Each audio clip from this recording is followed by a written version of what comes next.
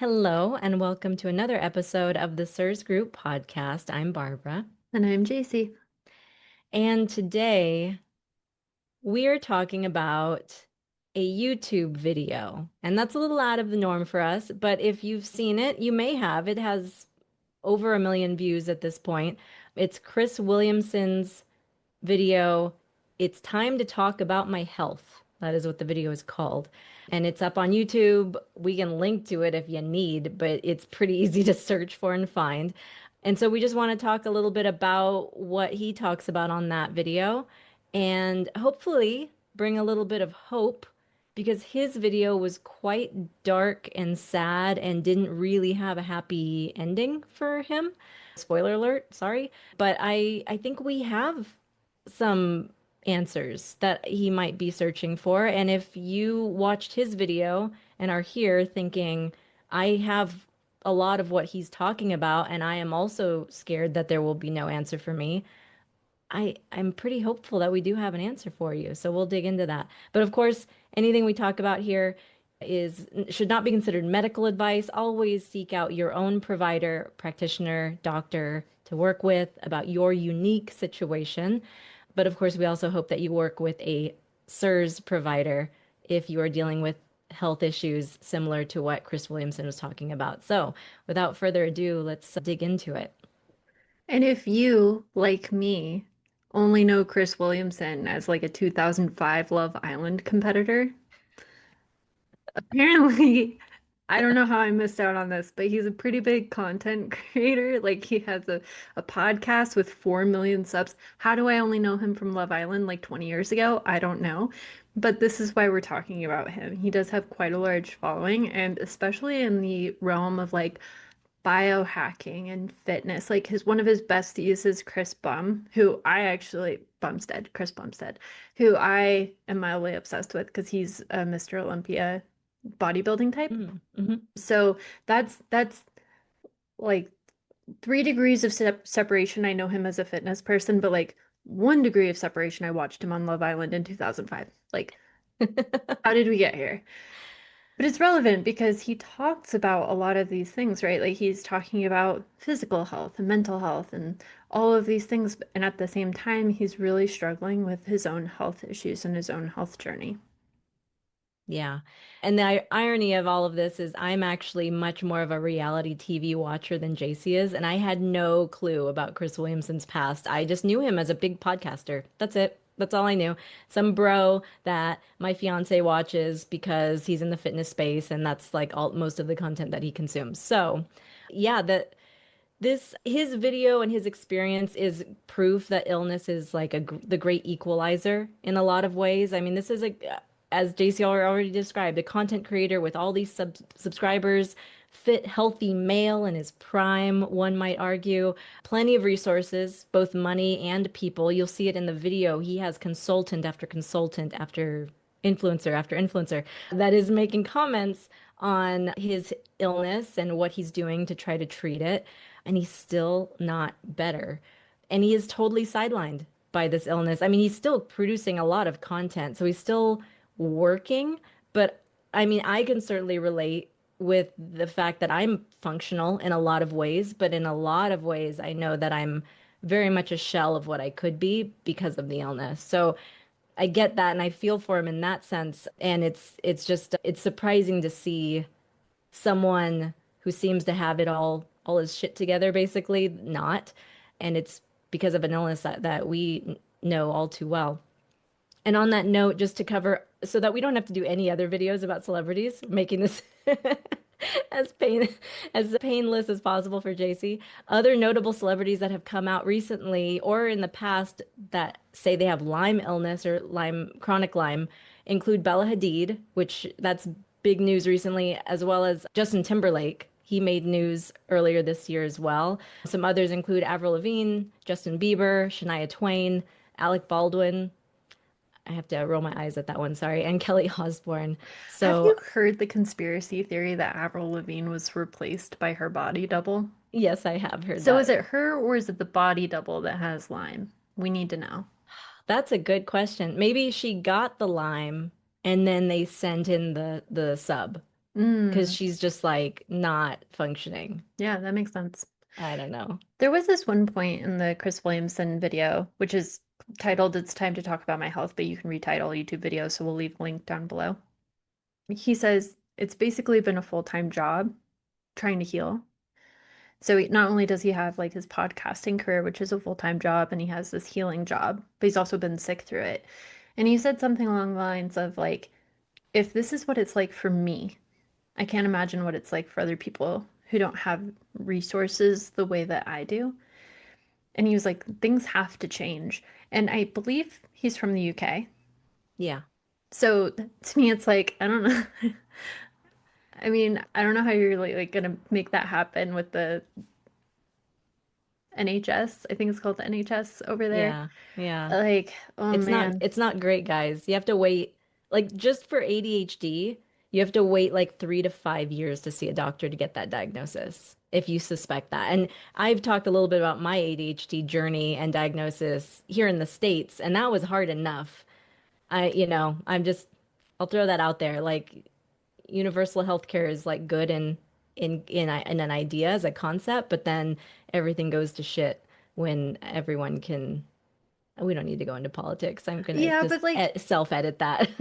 if you think it's hard in the US, it's even harder in the UK. There's really only one practitioner who treats CIRS, Louise Yeah, Carter. If anyone's yeah, in the UK and wondering, Louise Carter is the person you want to reach out to over there. And it's a private thing. You don't go through the NHS for that. So I hope that, what he's saying, he actually puts movement behind because he does have the influence to do something about it. But it's going to be a hard road. yeah, very much so. And if you, just in case you haven't watched it and have no interest in watching it, which I totally understand, what symptoms does he have? They'll sound very familiar to you if you are a regular watcher of this podcast. Fatigue, confusion, cognitive issues, word finding issues. He's slowing down, tinnitus, however you want to say it. No libido, irritability, sleep issues, and insomnia. Again, many of those things I certainly can relate to, and I think Jacie can too. And what he was officially diagnosed with was a mold illness, is the phrase that was used, chronic Lyme, epstein barr, and quite a few other things, honestly, that I probably just didn't write down. But those were like the main things that he kept repeating throughout the video that he was dealing with. And one thing he said, which made me think his symptom trajectory was more like yours than like mine, where for me, it was very acute. We just did an episode about ankylosing spondylitis. So if you want to hear more about my story, you can hear that there. But for him, he said he felt he was just well enough to keep pushing through and excusing his symptoms and really normalizing it until it wasn't, until he hit a wall. And at that point, he was like, I have to address this. Yeah. There was another quote. It was, I think, one of the influencer doctors that he had consulted with said it was a multi-system dysregulation, which I thought was really interesting because we know that CIRS is a multi-system, multi-symptom illness. It's by definition multi-system dysregulation. And so it's really interesting to me that they're like so close and they're kind of like circling around this issue, but haven't quite gotten to the CIRS piece. And he said he felt bad for people who don't know what they have because you can't treat it. And for him, it's like, okay, but also, do you know what you what you have? Because okay, here's my issue with this. In the comments, I saw that someone had posted like weird timing with Jordan Peterson coming out with CIRS just recently, being coming out Oh, that he was hospitalized with CIRS just recently. right. And I was like expanding the comments to look at the replies, and someone was like, yeah, I really hope that Jordan Peterson looks for Lyme because he says he has mold and CIRS, but he doesn't quite have the full picture. And I think it's interesting that people talk about these things like it's one or the other, when we know that Lyme is the biotoxin that triggers CIRS. Mm-hmm. They are they are two different things, but they happen together as friends. You can have CIRS without Lyme, but I don't believe you can have Lyme without CIRS. I think you could if you didn't have, I don't think you could have chronic Lyme, but you could have acute Right. Lyme where you have like the bullseye rash and the Right. Thank you sick for the symptoms. Yeah. nuance on that. Yes, absolutely right. Yeah. So if you have chronic Lyme issues, that is a mixture of Lyme and CIRS. And And that's, yep, sorry, go ahead.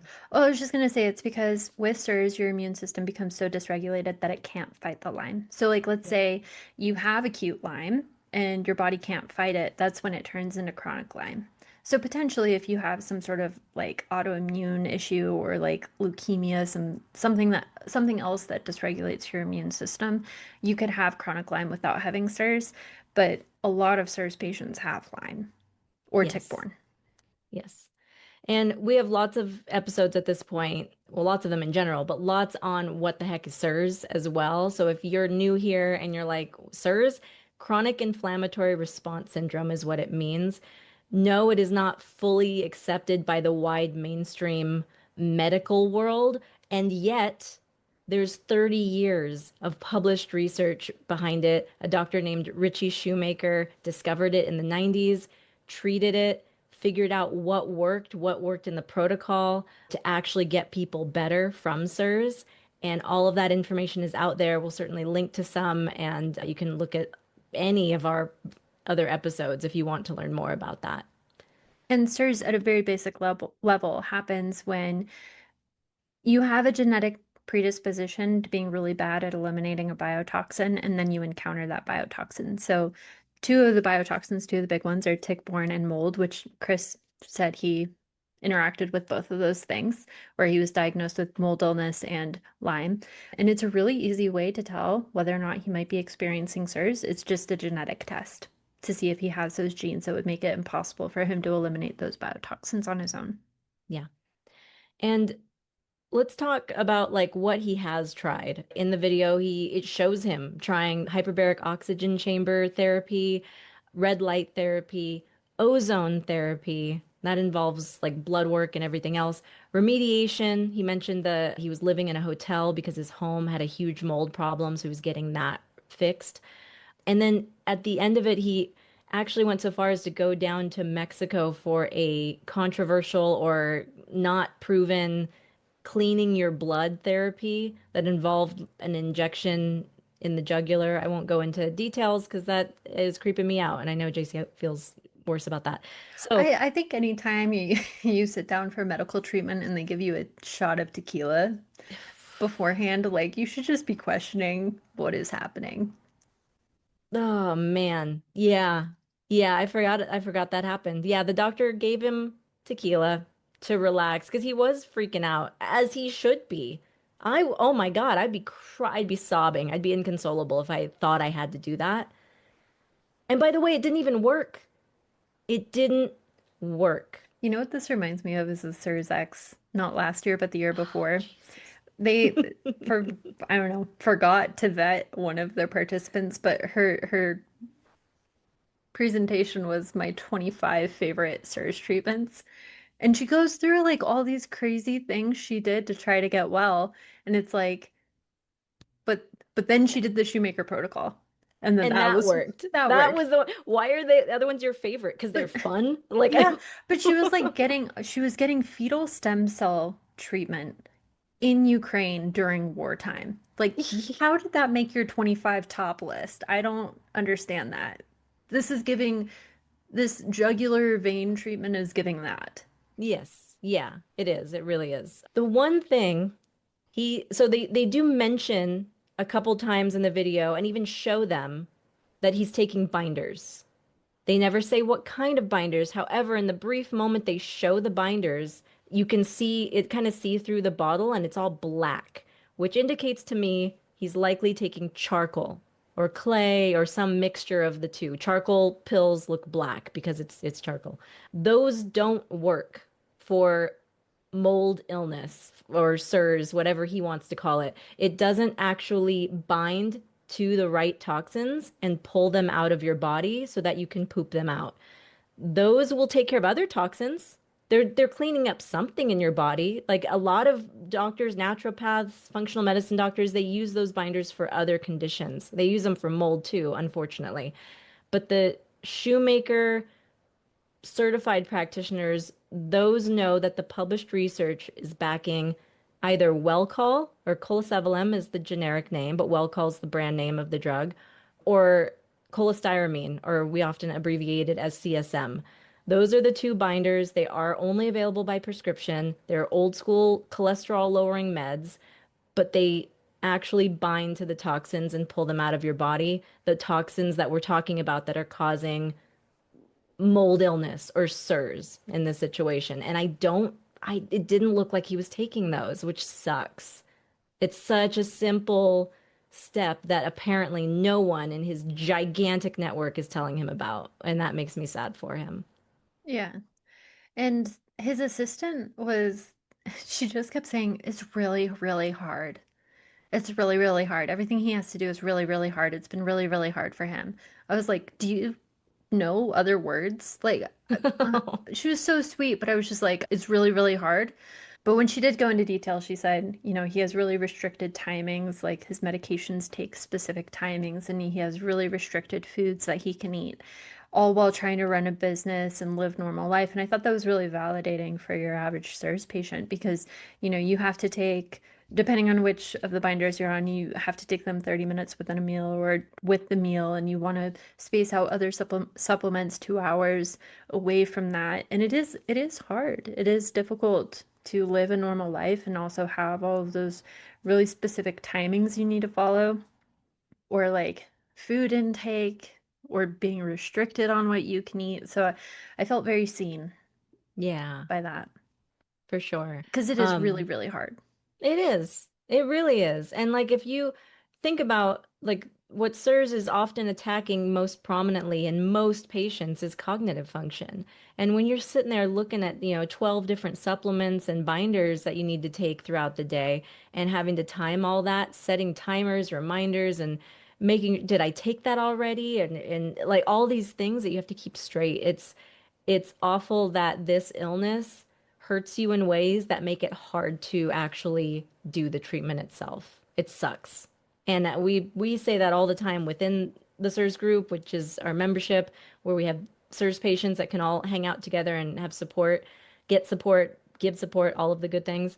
It just sucks. It sucks. And support and information and knowledge are the things that make this process easier, thankfully. Although, yeah, yeah, I wish Chris Williamson was told. I mean, I don't know. Maybe he'll see this video. I don't think so, but he might. Hi, And Chris. then, You're great on Love Island. oh, jeez. One video to also reference in case you want to understand why we talked about it earlier, but why you want to treat CIRS or mold illness first before tackling Lyme. We had a really great, in my opinion, interview with Dr. Peg. I think it was last year that we did it. So I'll link that as well in the description.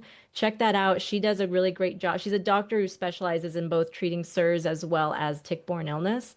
And she goes into the further explanation as to why it's good to treat CIRS, get your immune system back online, and then treat the Lyme because your body will be able to help you fight it at that point rather than I love your metaphor for the bike, the broken tire Ah, metaphor. yeah. So, like, if you try to detox while your detox processes aren't working, or if you're trying to fight an infection like spirochetes from Lyme while your immune system is dysregulated, it's like trying to ride a bicycle with a broken wheel. You might get somewhere. It's gonna hurt. It's gonna be a lot slower than if you fix the wheel first. Yeah, exactly that. So fix the wheel. So, I mean, just to wrap this up, I wanted to cover this because it is at the end of his video, and I got this feedback from a friend actually who watched it as well, knows about CIRS and was kind of just reflecting it to me, saying that it was like sad. It's so disheartening to watch someone who's theoretically got it all. He has access to whatever he wants, financially, people, all that stuff, and he's still struggling. And again, we feel seen knowing that even he's struggling in this way, but it doesn't have to be that way. I wish he knew more about, it just seems like he doesn't know about the Shoemaker Protocol. And I have a strong suspicion that is the missing piece for him. And I hope he discovers that.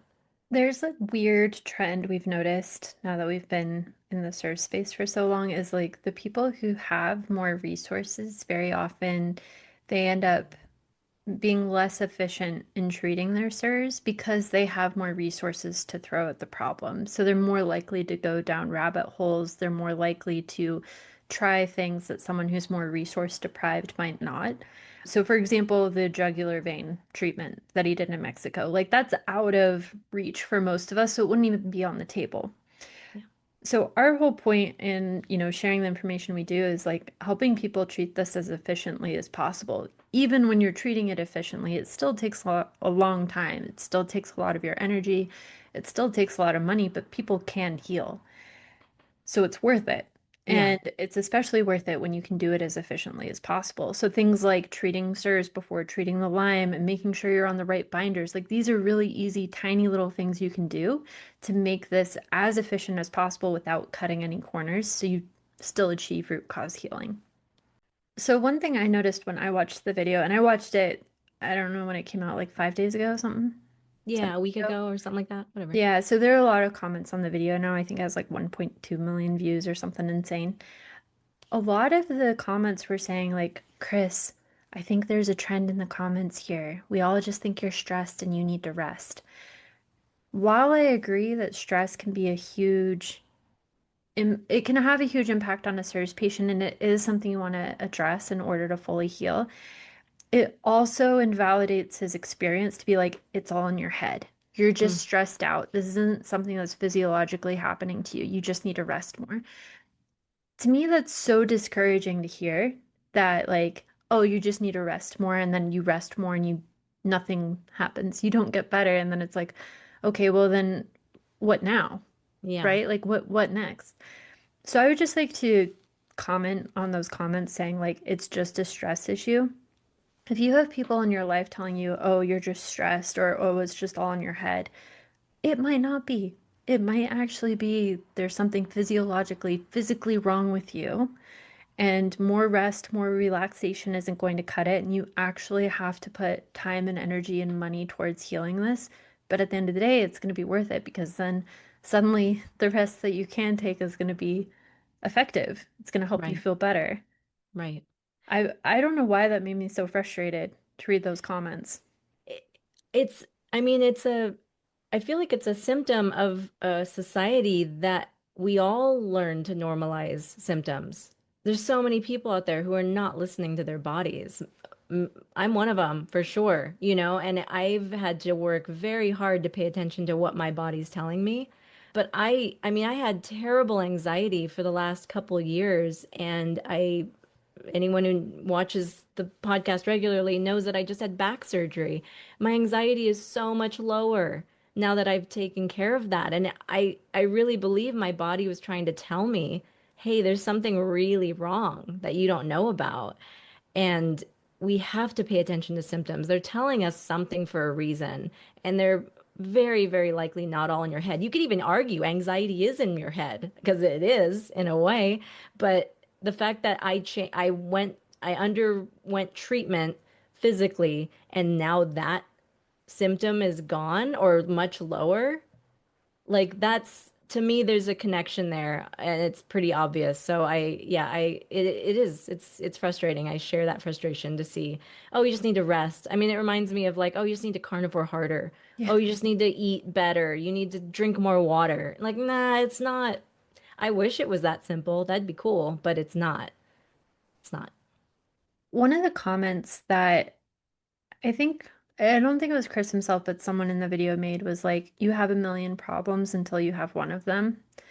And that felt so true for me because lately I've been like, kind of jokingly, I'm gonna say this, like, my life is so hard. Like, I have all of these things, all of these pressures. My dog has diabetes. She pees throughout the night, so I have to get up a lot, and I'm not as sleeping as well as I want to be, which is having a lot of downstream effects. But it's like a million problems, right? Like, I have the diabetic dog and the lack of sleep and the mood dysregulation and blah, blah, blah, blah, blah. And when I had CIRS, it was just CIRS. Nothing else Mhm. mattered. I just had that one big problem, which was constant pain all of the time. Mine manifested differently than Chris Williamson's did. But that was all of my attention. And now it's like, now I have the blessing of having a million problems again. Mm. So I think we're always trading our hards, right? Like this is hard or that is hard, but I would much rather have this hard than that hard. Yeah, no, that's a good point. I think if anybody is wondering, should you watch the video? The one thing I would say is a good reason to watch it or to share it is a unique male perspective on the illness. The first thing that I thought of when I watched it was how many women are in the CIRS group and share some stories with us about how hard it is to convince their spouse. It is, unfortunately, it seems to affect women a little bit more often, or at least those are the ones that end up in our group because we're women maybe. But they have husbands that are healthy. And so the husband doesn't really understand how can his wife be sick and live in the same house as he does. Like that doesn't make sense. It's back to that, oh, it's all in your head thing. And I think that this is a good example of it affecting a guy who's really fit by all, most standards. He works out, he goes to the gym. This is a little bit similar to the hockey player a couple years ago that said that he had CIRS and had to stop playing hockey. He actually had to retire because of the illness. These are the examples of men going through this illness is a little bit fewer and farther between, especially on the celebrity front. So I feel like this is a good example to show a skeptical family member if you are struggling to communicate what your experience is with this illness. It sucks that you would need another example of it. Like I'm not saying, oh, cool, here this is great, but it's just another thing you can show that person to hopefully help them understand you and what you're going through if you're also going through CIRS. Alternatively, if you have a guy in your life who's fit and has normalized their symptoms, Oh yeah. their chronic headaches, their GI issues, their fatigue, this might be a good one to show them. Give them a little kick in the pants. Alan, she's talking to you. Just kidding. Hi, You Alan. described specifically. That's my fiance, and yeah, we'll see. We'll see. At some point, we'll get him to take a binder. No, a lot of guys, very good point. A lot of biohacky gym bro dudes that are, doing the sauna and the red light therapy and like, oh, it makes them feel good, doing their cold plunge. Maybe you don't need to do all those things to feel good. Maybe there's an underlying illness that you are suppressing as best you can until eventually you won't be able to. So it's good to get ahead of that stuff. So yeah, I hope our reaction to this video was helpful. I hope his video was helpful, even though it was just like so dark and sad. I really do hope that he finds the answer. That would be great if he did. Because then he could tell his audience what the answer was, and it would help more people. So that's my hope for his situation. And yeah, And in the meantime, for more resources and support, you can join us over at the cirsgroup.com. we'll see you there.